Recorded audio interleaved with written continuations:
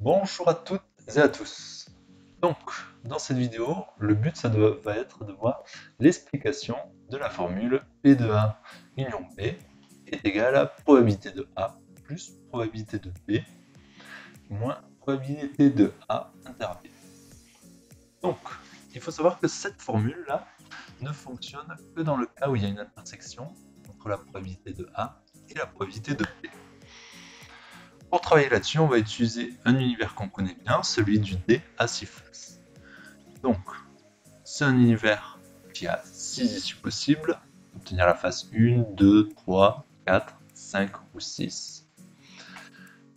Et pour représenter cet univers, je vais dessiner cet ovale.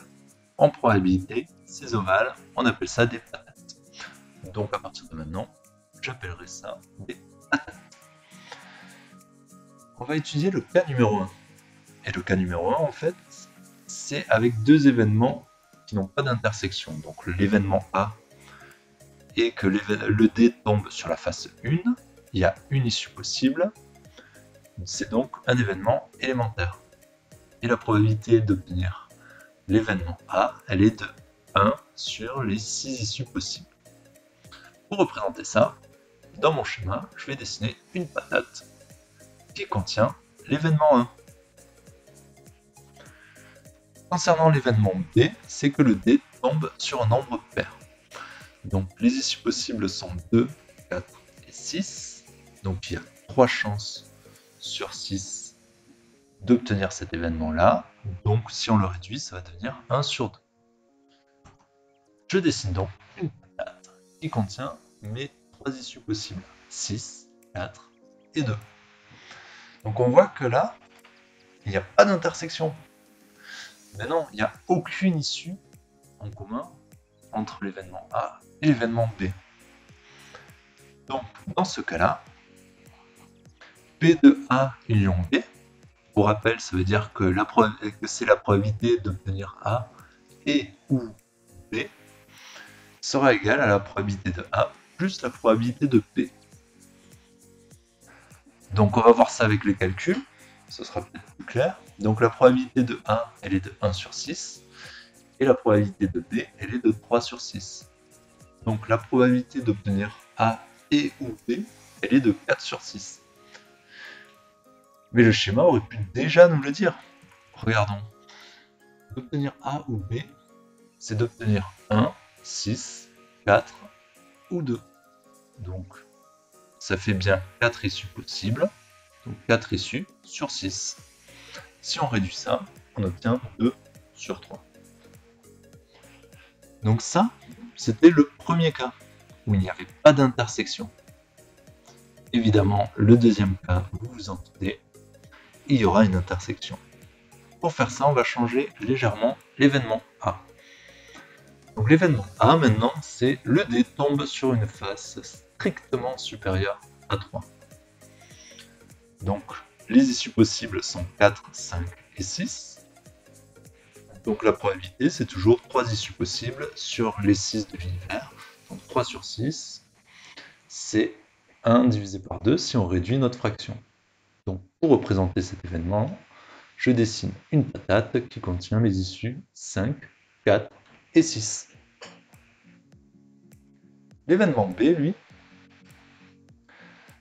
est toujours le même, c'est que le dé tombe sur un chiffre pair. Donc 2, 4 et 6.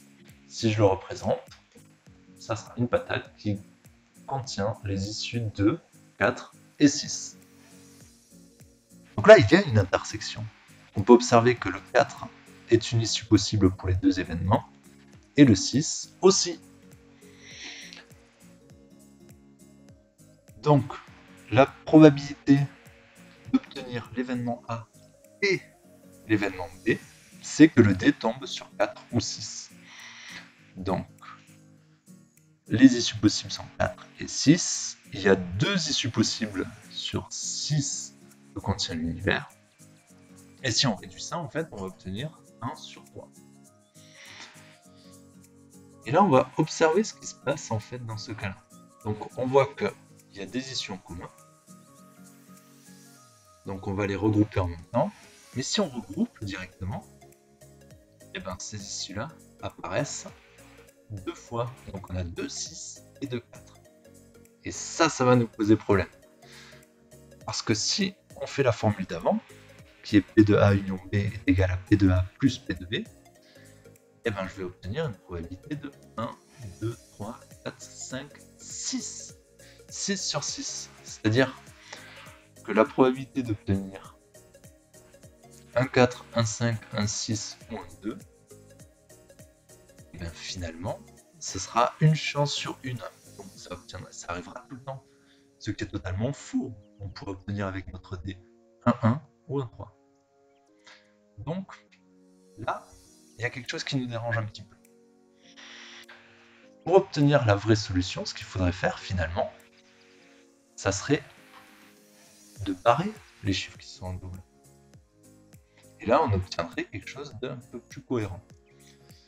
Et donc finalement, barrer ce qui est en double, ça revient à enlever un événement A inter B, qui est 2 sur 6. 2 issues possibles sur les 6 que contient l'univers. Et ça nous donne la formule suivante.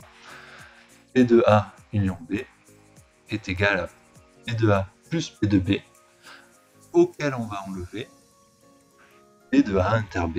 Donc on enlève 2 sur les 6. Et là, le calcul devient probabilité de 1, donc c'est 3 sur 6, plus probabilité de B, 3 sur 6 aussi, moins P de A inter B, donc 2 divisé par 6. On obtient donc 4 sur 6, qui est aussi égal à 2 divisé par 3. Si on réduit. Et là, on peut le retrouver. C'est que si on compte les issues possibles sans compter les doublons, on obtient bien 1, 2, 3, 4 issues possibles sur les 6 que contient l'univers. Merci de votre attention.